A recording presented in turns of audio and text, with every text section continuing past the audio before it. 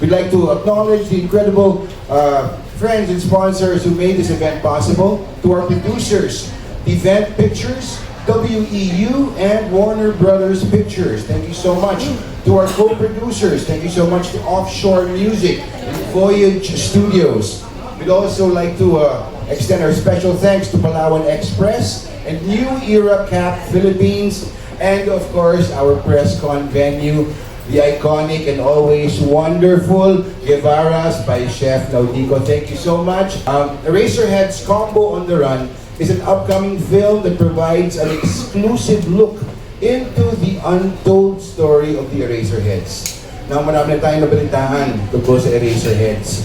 Pero yung diferensya ngayon, in this film, in the Eraserheads Combo on the Run documentary film, we're gonna get to hear the untold story from the Eraserheads themselves. And that's definitely a first, and that's something that we've all been looking forward to. Of course, this film, Eraserheads Combo on the Run, is directed by Diane Ventura of Event Pictures.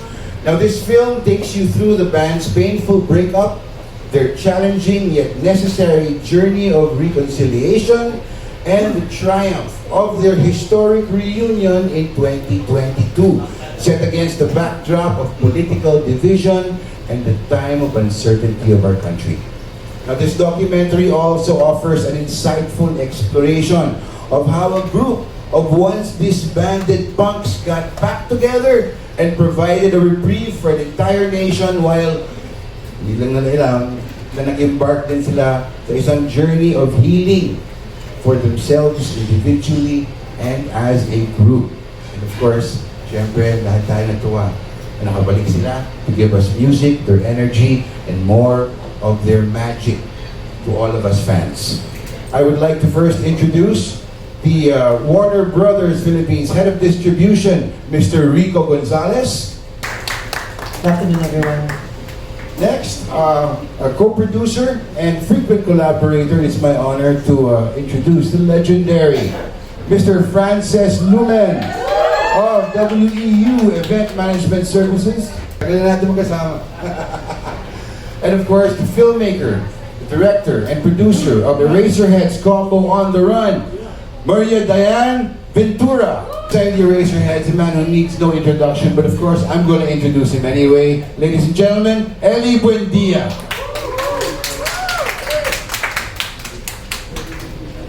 Hi everyone, thank you so much for being here. We really are grateful for your presence here. From us, we just like to thank Guevara's for always supporting all our initiatives and for our press con today. And I believe one of the owners is celebrating his birthday today. Happy birthday! Happy birthday, Chef Naudico, and Happy again, birthday. thank you for hosting us. And welcome, present. Thank you for your presence. So, our first question, I know it's going to be slightly difficult because the trailer promises a film that's going to be quite revealing, quite forthcoming. I'd like to ask our first question to Diane. As a filmmaker, as a director, and a key figure in the film's production, how did you manage to balance the complexity of the band's journey, kasi dami pasikot-sikot yung kwento nila, while maintaining objectivity? Kasi meron tayong tendency to go for bias or sensationalism, but it being a documentary film, how did you as a filmmaker maintain that balance?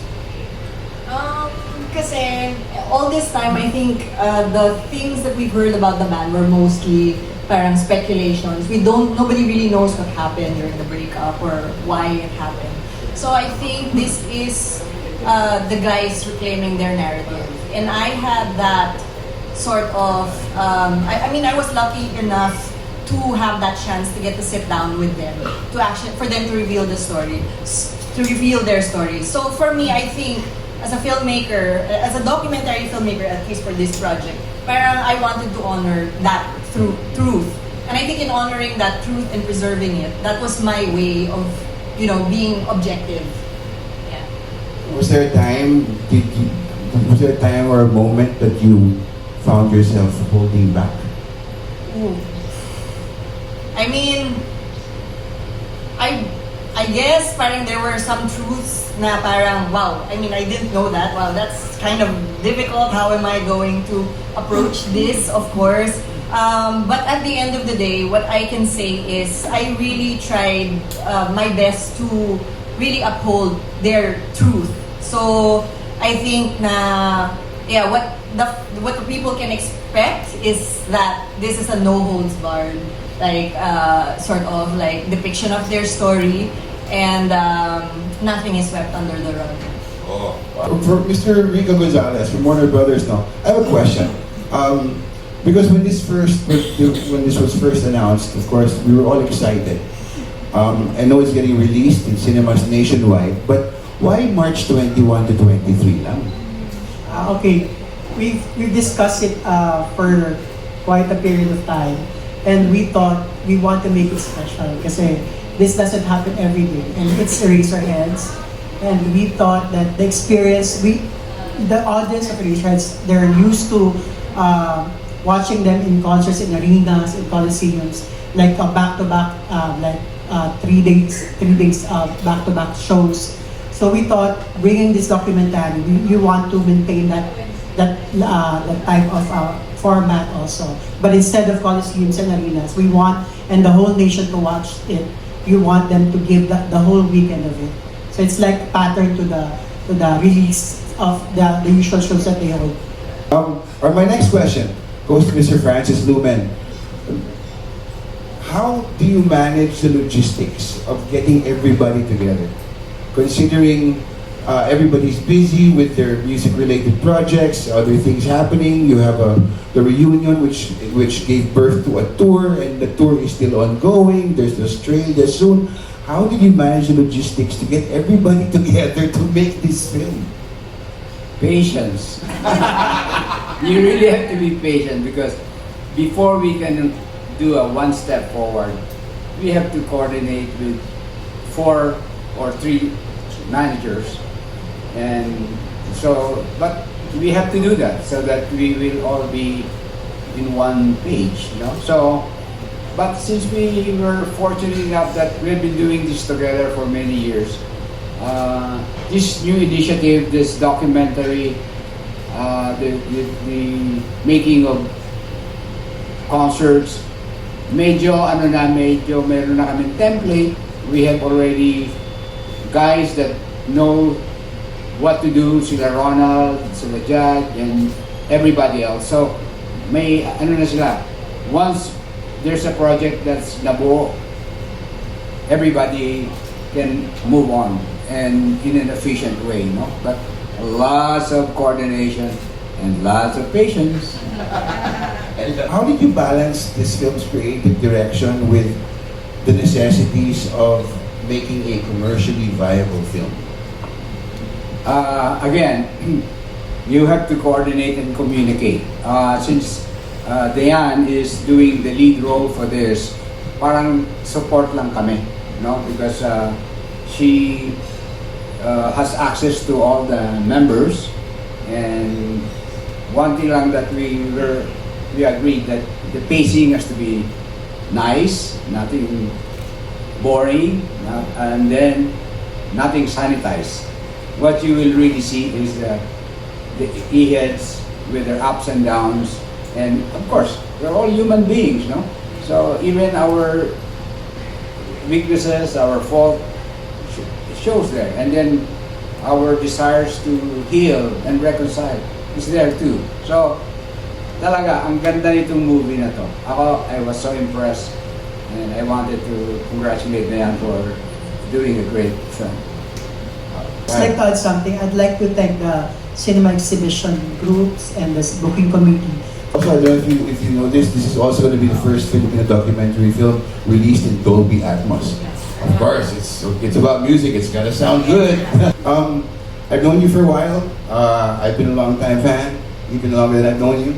You're always known to be sort of vague and elusive about sharing your personal take or personal details. But in this documentary, it feels that you're now willing to be either more revealing or more forthcoming. What has changed and why now? I don't know.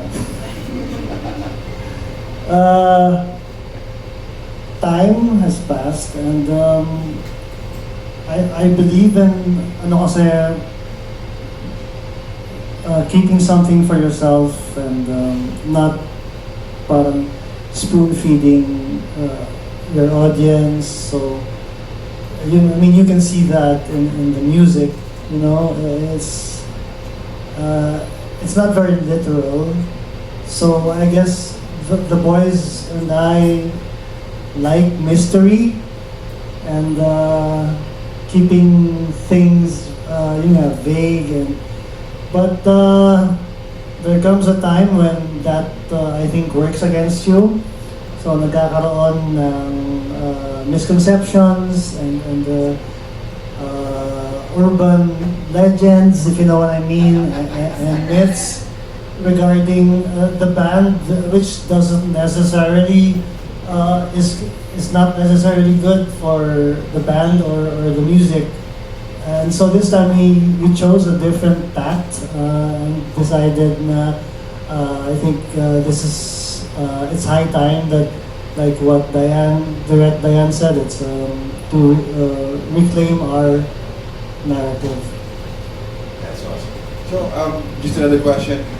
Since you mentioned the boys, how was it reconciling and reuniting with Marcus, Buddy, and Raymond? Did you guys sit down, talk things out? Did you have a heart-to-heart, or did you say, "Bahala na si Batman, let's rock and roll"? Well, this isn't our first reconciliation. So we have gotten pretty good at it, and I see the parang efforts of everyone to move forward in a more optimistic and positive light. It's a far cry from 30 years ago. Speaking of the boys, they're not here today. Bakit sila absent? Yeah, Parang I didn't notice. umulan and they stayed home. Puno na ba yung parking? Yeah. We've decided na parang it's four talking heads is a bit much, and parang to stop the confusion, ako na muna ang mag-represent sa banda. Alright, thank you Ellie. Eraserheads still has a lot of fans right now, and it's still inspiring more generations, even those who were born even after the first separation of Eraserheads. How do you feel about your music transcending generations? I'm not surprised, and I don't mean that in an arrogant way, because we, from the very beginning, the band parang took pains to create something, first of all, relatable and timeless themes. And that's no accident, because we wanted to transcend generations, and that's what the band is all about, because we've been inspired by the previous generation to make music, and this is sort of parang paying it forward and giving back, and to inspire musicians, and not just musicians, but people who aren't artists to go out there and be themselves and be their own person is such a gift, and it's still why we do this thing. What do you want your fans to know about this documentary when they leave the cinema? What do you want your fans to know about the band? Thank you. So, perhaps Dan, you would like to answer the question. How do you want the fans to feel when they leave the cinema after having watched your film? Okay. Well, I'm not one to dictate how the audience should react to the film. I think maybe I could just share my personal experience and learnings from having done the documentary. And I think it really is about growth, and in the process of making it, I learned a lot about myself in watching the guys allow themselves to be so raw and honest and vulnerable. Parang it gave me that courage to also allow myself to access those feelings that I did not allow myself to really face for a long time. And I hope, that they can, that they can have a similar takeaway from watching the film. Naman, as the promoter and producer, I have a selfish agenda. I'm hoping that the film would ignite more interest and the fans would say, sana magkaroon ulit sila ng concert. So, that's my mission that I want to happen. What you learned about touring with the band again?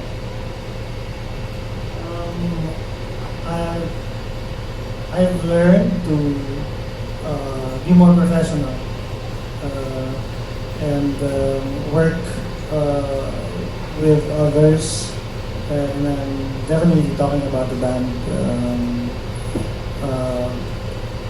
From the 2022 reunion, I think I've decided I will really try my best to parang get along with them and try to be more mature and talk things over and hear both sides of the story before I parang judge anything. What are the challenges for the experience for in documenting and filming this documentary? Okay, I'm gonna talk about the boring stuff, yung technicalities of it. I think it was very challenging kasi we were shooting the film in both the Philippines during their concert, tapos we were following them around during their US tour. So having to, to shoot in 2 different countries, tapos we did the sound design in Berlin and did the Dolby Atmos in LA, because it was the same sound stage where they did Taylor Swift, Era, and Beyonce, and I think they did the soundtrack of Dune, because I really felt the guys' music, it's, it's meant to be heard in its optimum state. So, I think, and also combing through hundreds of hours of footages, and figuring out, kasi documentary filmmaking, it's a wild animal. Parang there's infinite possibilities of where you could go narrative-wise. So parang, and having such brilliant interviewees and subjects, every time they say something so interesting, I'm tempted to follow each and every story and information that they've shared, which means I needed to provide context for it. So it became too much. So just figuring out which story is the most important that serves the overall story or narrative that I wanted to be out there. And yeah. And common denominator here. As the concert producer, I don't really look at the bottom line, how much money I could make. It's just what is the best production show we can show to the audience, right? Likewise, when Diane was doing this film, she has no budget. It was, she just had to do what she has to do, even if it costs her so much. And whether this movie will be a positive ending or not, it's not our issue. Our issue is to provide the best film we can be proud of to the world. That's why we're so proud of this work. Was there ever an inkling between the 4 of you to create new music, possibly release new albums, or even just a single from the Eraserheads again? I think again it all boils down to timing. Of course, we're very active pa rin in terms of making music for our own projects. And the analogy here kasi is parang when you meet up with your parang ex, parang is it a good idea to to sleep with them again? Diba? Parang there's so much baggage there. It might be enjoyable, of course, while you're doing it, but you also have to think about the consequences, And I don't mean to parang be super serious about it, but there are a lot of considerations to be considered when you're actually making music again. I mean, okay lang naman kung we do the old songs for the fans because I mean that's what they're there for anyway. But it would be nice, of course, if the timing is right and we all feel na we can still do something that we're all proud of, There are no negotiations for any distributions with any platforms as of yet. So for now it's really exclusively only in cinemas. Yeah, we really want the audience to experience this musical documentary, very special musical documentary. And it's for limited run, so we want to take note really of the dates, 21 to 23. Go to the cinemas nationwide. We're going to be showing you on those dates. I think some films are meant to be experienced in the cinema, and I think this is really just one of the films that you should have. Yeah, you should be able to in the cinema.